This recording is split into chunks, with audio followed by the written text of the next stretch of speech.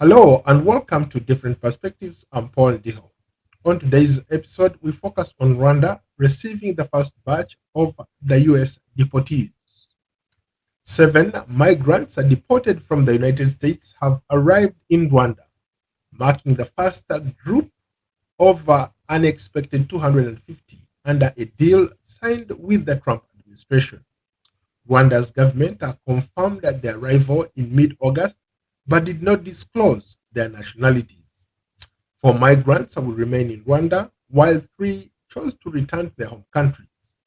Rights groups have raised concerns that deporting migrants to third party countries without ties may violate international law, especially if the destination is unsafe or lacks strong human rights protections. Joining me to discuss this subject is one of the survivors from Rwanda's genocide in 1994. Claude Gatebuke is also the co-author of Survivors Uncensored. He is the current executive director of the African Great Lakes Action Network. He brings a profoundly personal and historical frame of reference. Claude, welcome to Different Perspectives. Thank you so much, Paul, for having me. It's a It's great been, honor to be having this conversation with you. I know it's been a while since you and I last chatted, but Yes. here we are. Let's start off by you maybe giving us your assessment of what you make of this deal. Rwanda's agreement to host deportees signals emergency as a trusted partner in global diplomacy and international crisis management. Your thoughts on that?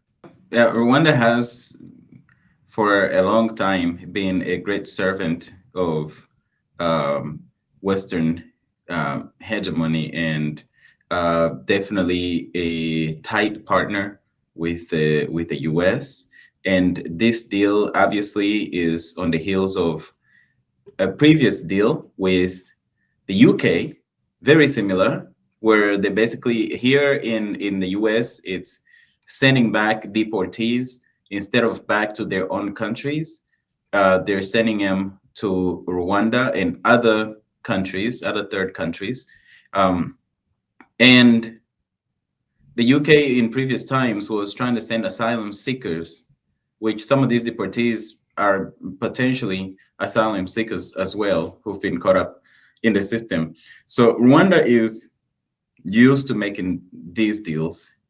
Rwanda has been a great partner to even like when it comes to violent takeovers, and I think I'd be remiss to talk about Rwanda taking in deportees or refugees and asylum seekers, knowing that it's one of the biggest creators of refugee crisis in modern history since 1990. Actually, the leaders of Rwanda, the RPF, Rwandan Patriotic Front, led by Paul Kagame, have been displacing millions and millions of people in the heart of Africa, in Rwanda, in Congo. And now, they're acting as the humanitarians who are taking in people who are unwanted. The other thing is, Rwanda has not been shy about being a servant, and in some cases, sometimes a mercenary of the West. And in this case, they are basically providing Rwanda. They're setting Rwanda up as now the dumping ground for people unwanted in America. Wait a The other minute. Wait a minute. This is an agreement between two countries, two parties that sat down and talked about these issues and agreed. Rwanda agreed to receive up to 250 people from the United States. It's not a dumping ground in that, if I could use that term, it's an agreement between two countries that agreed to certain terms and conditions of this deal. Rwanda's government, which is used to money grabs. They made millions of dollars off of the previous deal that I referred to with the UK, Which wanting fell to break. through. What's that? That fell through. It never Yes, materialized into anything. it And the did, Supreme but Court actually did uh, stop that from happening.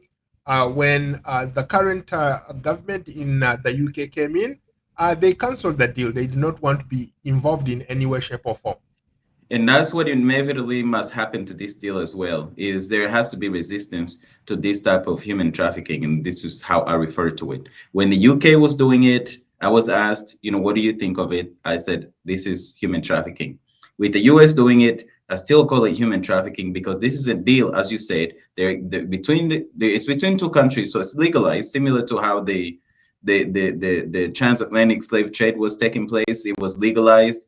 These types of human trafficking that are legalized is still human trafficking. I don't think you can equate this to a slavery for sure. I don't think what's happening here can be equated to what happened back in the day during the slavery days.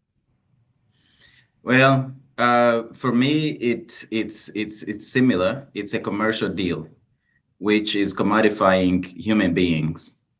In spite of the fact that these may be convicts or even people who have a terrible criminal background, you're still even during the slave trade, they were taking people that were captured in wars, possibly committing war crimes, and taking them, putting them on shipments and sending them to the Americas. So it's not a one for But one that was example. during slavery. It was people against their will, and countries working. There were no country corporations here. Here you have country A and country B agreeing, coming to terms, sitting down on the table, and agreeing to what the conditions of this deal are. Right. So I don't think back in slavery there was nothing such like that so country A and country B would sit down and agree to what they're going to do. These people Yeah, just come and grab people and bring them here unwilling. yeah, during that time, some of the countries weren't even countries. I get that. But the fact is, it was legalized. And that's what's happening here. And the people who are being affected in this are actually not, they don't have a say in it in similar ways that people who were enslaved or sold into slavery they did not consent to it. In fact, the latest report that I have, which at this point may have changed, was of the seven people already sent to Rwanda, three have already decided to go back to their own homelands. So that already shows it's not, the people are not involved in making this decision. Now back to the point of Rwanda having these 10 years of, because it's important that the audience understands and knows that deals like this, the Rwandan regime has been making these type of human trafficking deals in for the last 10 years. Back in the mid 2010s, Rwanda had a deal with Israel to take in refugees from Eritrea and Sudan. And each person, it was 5,000 per head for each person that Rwanda was taking in. They did a little pilot of that project to send thousands and thousands of people into Rwanda, basically with this again government to government agreement, as you put it, and of course money exchanging hands, and that's a grift, as I put it, and the grift itself was piloted and some of the people were sent back to Rwanda and Uganda.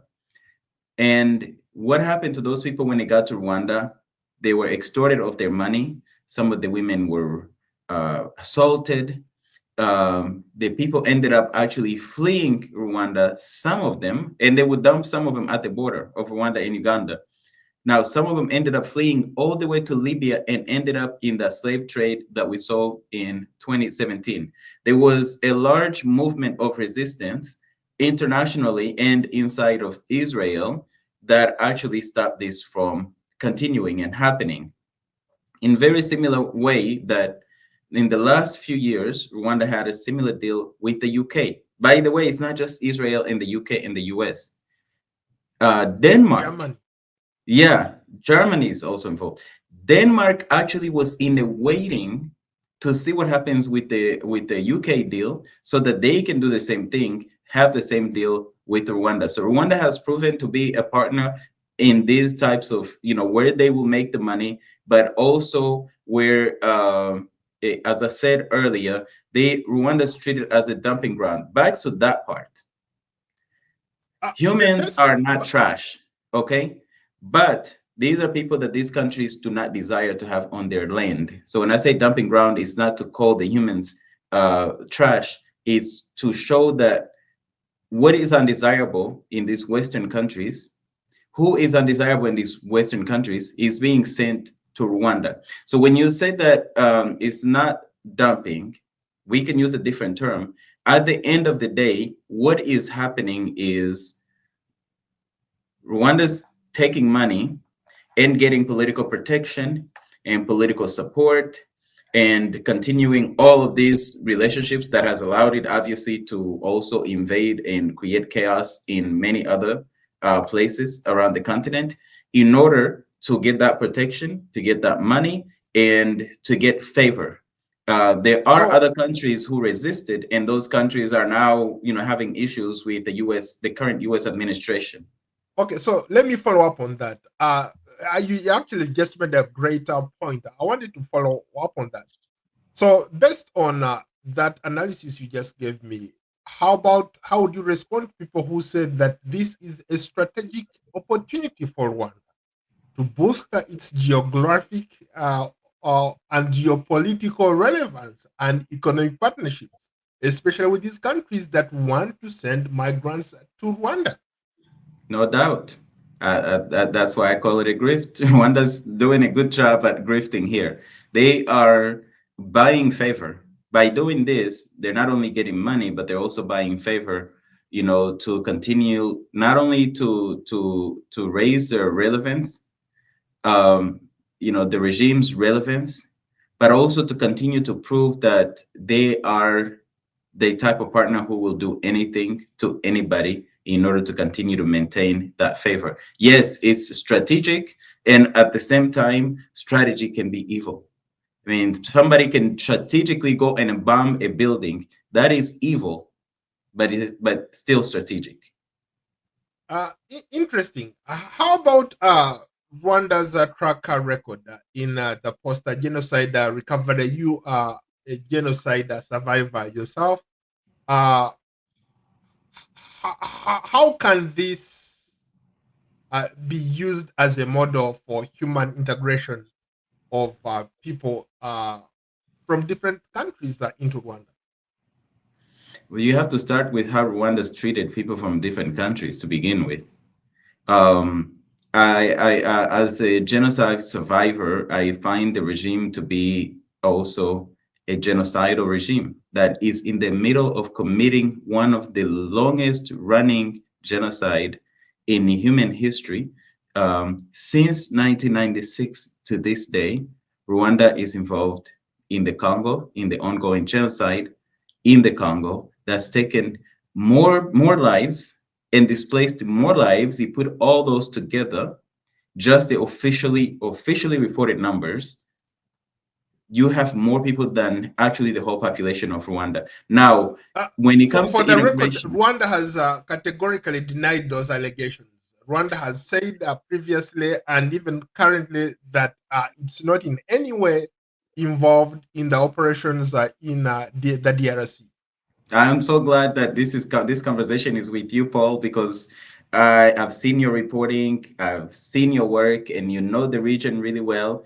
And I'm sure you remember the time when, for many, many years, Rwanda denied having soldiers in the Congo in the early 2000s, and they just completely flat out said, "We have no soldiers in Congo. Leave us alone. That's Congolese business and everything."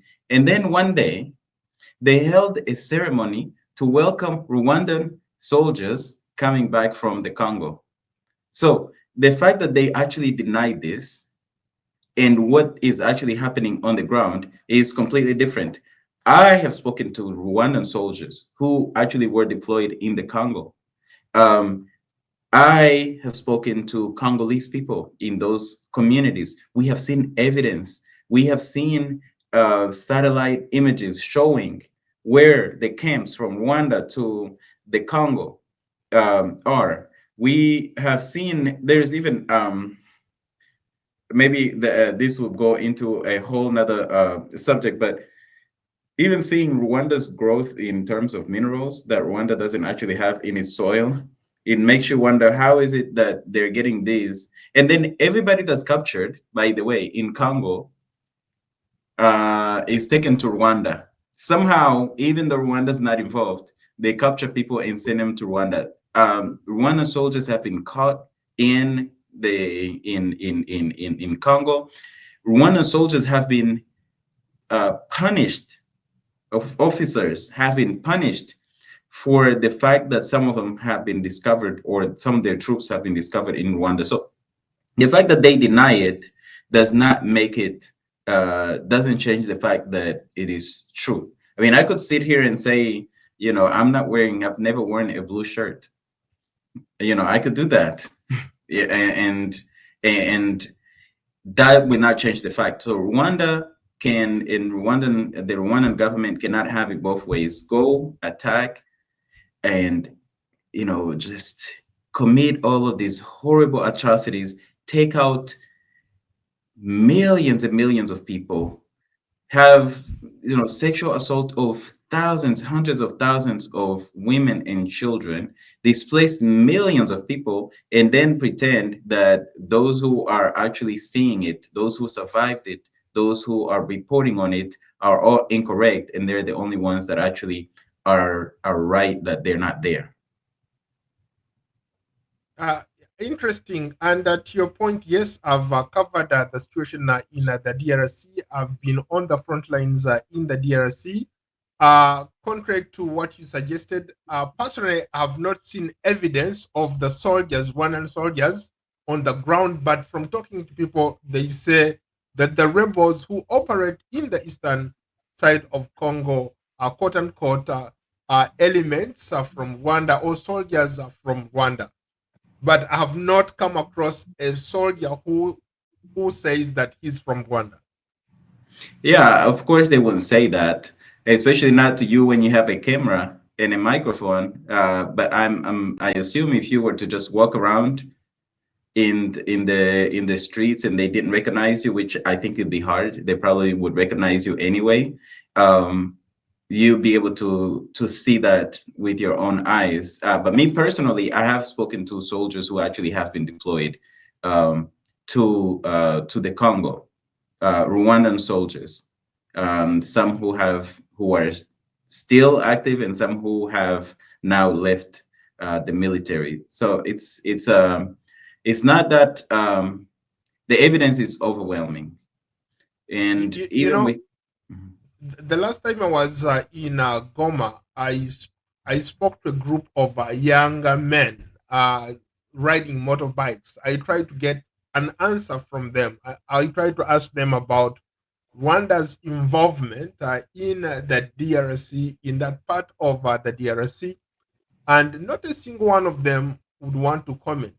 So Yeah, maybe you have a point. That and it could be that some of those guys were like right there, but because of for their own safety, they didn't want to comment. yeah, Goma is under occupation, so they know that they will brutally be taken out, not only taken out, but tortured first, if they are caught.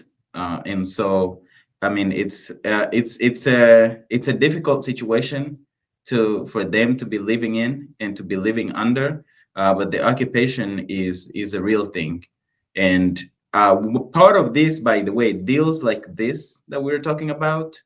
These are what allows Rwanda to escape responsibility, because when they are partners in things like, oh, we are sending deportees to Rwanda, a country like the US now, who is the largest donor as a country to Rwanda, will not withhold aid from Rwanda, for example, will not use its leverage to hold Rwanda accountable for those crimes.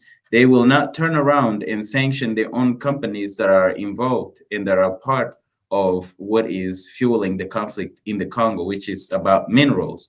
And so these are the ways in which Rwanda has been able to do things like this, terrorize communities to the extent that they're not even able and willing to say, "Oh, you know what? I can't talk about Rwanda's issues over here," and they're in Congo.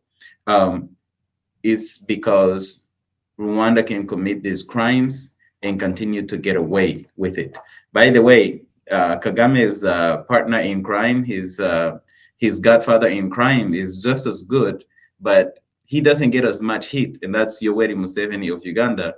He doesn't get as much heat on it because he doesn't spend as much time as Rwanda does in denying these type of things. He's just, he acts every bit the dictator that he is, and does not, try to push back and have all these online army and trolls trying to push back at what is realistically happening. Looking at it from maybe a positive angle, that this agreement might actually create new development funding, skills transfer, employment opportunities for Rwandans and deportees alike. Well, the fact is, Rwanda is a brutal dictatorship, and it's very repressive inside of the country, and also practices transnational repression. And Rwanda is committing major, major humanitarian war crimes and genocide in Congo. And when you give a criminal resources, they commit more crime. So yes, this is going to provide funding for doing more destruction. Rwanda gets a lot of applause for development and for being progressive and rebuilding post genocide. Rwanda before genocide was just praised in the same way. Today, Rwanda is known as the Singapore of Africa. Before the genocide, it was known as the Switzerland of Africa. So, development is not an answer to human rights issues. Funding is not an answer to human rights issues. Accountability and justice is the answer to human rights issues. And yes, this is going to provide funding, but it's going to provide funding for a regime that is not fit to rule civilians, that is not fit to rule people, that's not a good neighbor to its neighbors south, east, west, and north at times, which of course, north sometimes Rwanda and Uganda get along, and every once in a while they clash. But this is a country that has problems with every one of its neighbors. So that development in a small place like that, that doesn't necessarily affect the people inside of the country, or the people, the surrounding countries, I'm not so sure what the value is for us as Africans and for people who are looking out for Africa's best interest at heart. And it's really important for people and for the audience, your platform, to not be deceived by the fact that Rwanda has these nicely curated areas in Kigali that they show everybody, and they hide everything else, which is like, just dressing up without taking a shower, and maybe even have wounds that need to be treated, but you dress it up and it looks nice as a facade. But then when you actually like uncover and look at it, there is serious illness and infections going on. Rwanda itself as a country is is dealing with a real infection. When you talk about post genocide Rwanda, um, I think most people have it's done really well. Kagame and his regime are very skilled as salespeople, and they are very skilled at PR. They are very skilled at presenting the facade, and so a lot of people have drank the Kool-Aid, and the saying goes that it's easier to fool somebody than to convince them that they've been fooled. And most of the world so far has been fooled about Kagame's story, Rwanda's story. And what is actually happening here is when, as these things continue to happen, I think Rwanda becomes more and more discovered. There were so many people who were resistant to accepting what a human rights abuser Rwanda is until the UK deal came about. And then they were like, oh my God, that place is, I mean, that's evil, that's horrible. Well, as these things continue to come, they will get the money, but they will also get the international opinion of the regime will continue to change to be more and more closer to what is real in Rwanda than what we have all been fed as propaganda, and the story of genocide itself, and this heroic story that we've been sold is going to continue to crumble. Interesting, interesting. Let me go back to the point that you made earlier. You talked about dumping Rwanda as a dumping ground. Does accepting these deportees risk maybe reinforcing harmful stereotypes of Africa as a dumping ground for unwanted migrants from wealthier nations in the West? Yeah, I think I need to take back the word dumping because it may come off as me calling the people who are being sent as trash. And but the what I would say here is that the question that you're asking is is Africa basically being treated to accept things that are and people that are undesired in the West? And I would say yes. And it does push the stereotype that, hey, whatever you don't want, send to Africa. Whoever you don't want, send to Africa. If you have a problem, send it to Africa. If you want to do some kind of scientific experiment on people, do it in Africa. You know, everything that you don't want to steal. You don't want to steal directly. You don't want to put boots on the ground. When send Rwandan soldiers, send them to Mozambique to go and secure, French oil company Total's resources in Mozambique. Or you want somebody to go and occupy the Congo so that global multinationals can plunder and steal the resources out of the Congo and sell them to the global market. Send Rwandan soldiers. So it does continue to push that stereotype that, hey, whatever we do not want to do, whatever we will not do to ourselves and in our own place, we will do it on that ground. We'll do it over there. I've spoken to some people on the ground in Rwanda. I've spoken to some critics. I've spoken to activists like yourself. There are different. There is a mixed bag of opinions here.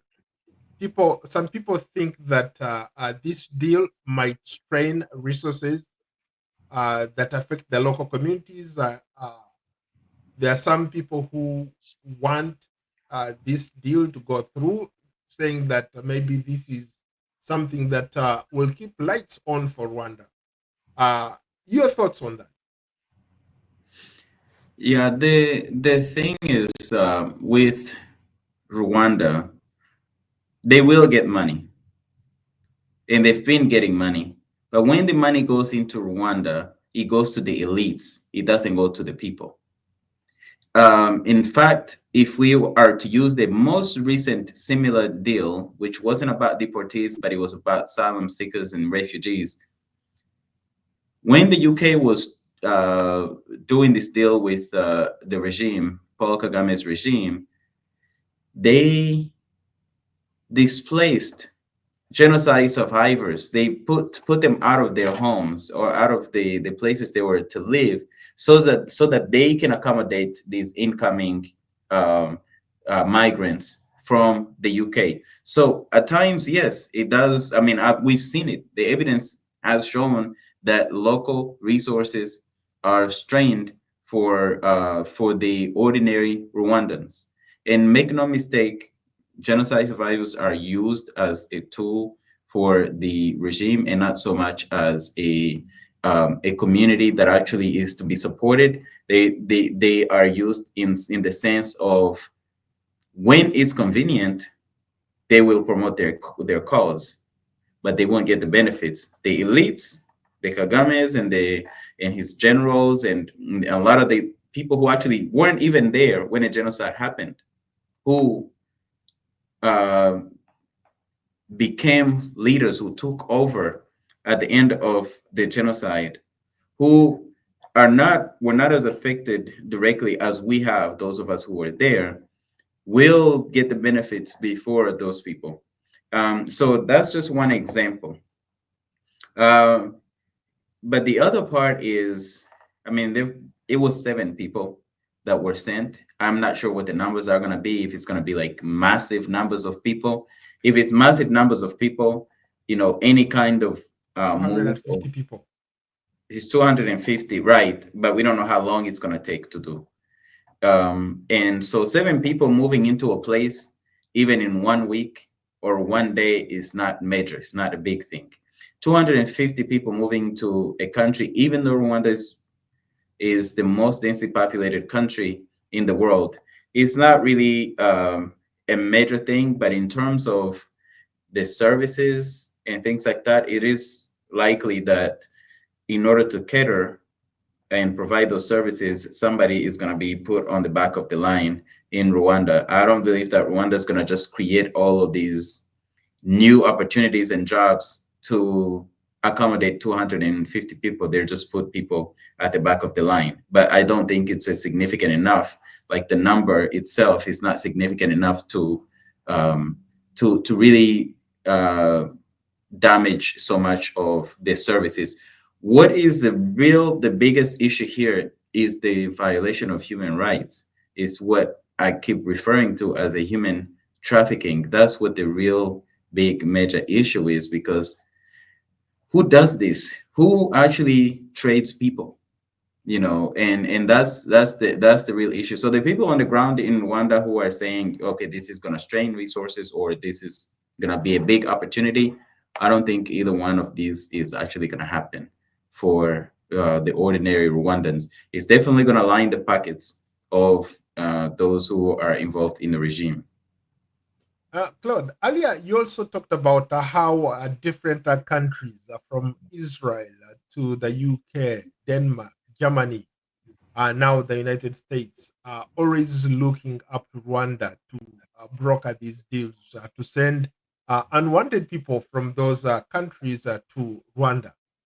What's so uh, good about Rwanda that every country wants to send its unwanted people there?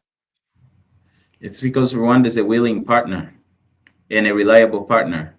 If you have somebody that you will tell, go to your neighbor's house, brutalize all of them, displace them, and let me come, let my companies or let the businesses from my country come and take over and take their property and sell it, and that person does it, the next brutal thing that you want to do, who are you going to rely on? The reliable partner. And so Rwanda has proven over the last almost 30 years, especially with the invasion of Congo and many other things, the UN missions to Haiti, to the Central African Republic, to Sudan in Darfur, to Mali, and the occupation now of Cabo Delgado in Mozambique, and other missions, they have proven that they are reliable partners, no matter how brutal they have to be and how much they have to brutalize their own sisters and brothers in order to prove this point. They have a proven track record. That's why in many of these cases, by the way, Paul, it's Rwanda and Uganda. The Israel deal had Rwanda and Uganda. This U.S. deal has Rwanda and Uganda, and I will have to look back at the others. They will disregard the The fact. South Sudan, Eswatini, and the other countries are coming along as well.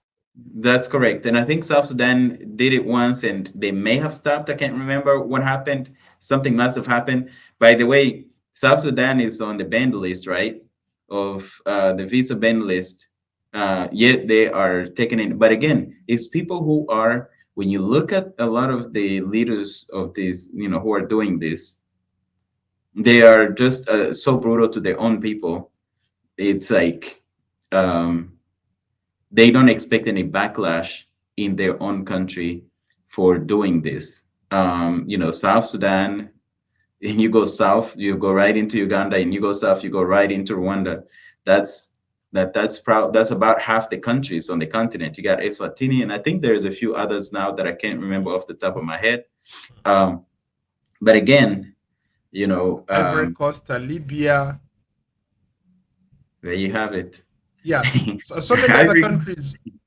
I think so many countries are lining up really to cooperate with the United States government here, and for strategic reasons. A lot of people would say that there is really nothing wrong strategically for these countries to accept deportees, because you're looking at it from the perspective of the U.S. This is the official U.S. Foreign policy now.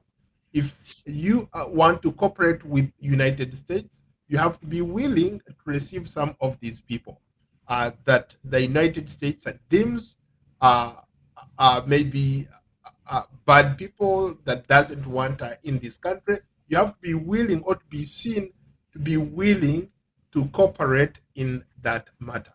So for most of these countries, it's all about strategic interests between those countries and the United States. Yeah, and if you also look, they are traditionally the countries that the West has relied on to do their bidding in their regions, like Ivory Coast, for example. If you look at the regime there, um, Libya, the regime was installed, and Libya is like been a divided country for so long now since Gaddafi. But again, they were installed by through Western hegemony and the invasion of Libya by NATO and France and the US, removing Gaddafi. And so and you got Museveni and Kagame, who have been recipients of support from the West in spite of millions of lives affected. So to me, there is like there's a common thread. There is something that links these governments who have not been, or who in recent times have decided to take a different direction from traditionally being servants of the West. Do you see any good in this deal? We've already started to see some good, right? The 7 people who were sent to Rwanda, 3 of them went back to their country. So that's one of the good things that's probably going to come out of it, is that the people will end up going back to their own countries. Um, I am very, very against private prisons and mass incarceration. And for me, I think most of the people, if they can and when they can, will end up going back to their own countries. And I will predict that some of them will probably end up in the US again. I guess we'll leave it there. Thank you so much, Claude. That's Thank you so much. Thank you, Paul. We want to know what you think about Rwanda receiving the first batch of US deportees, and what this means going forward. Share your comments in the comment section below. And of course, don't forget to like, subscribe, and follow Paul Ndiho on Substack, X, Instagram, Threads, Facebook, LinkedIn, Blue Sky, YouTube, and Spotify.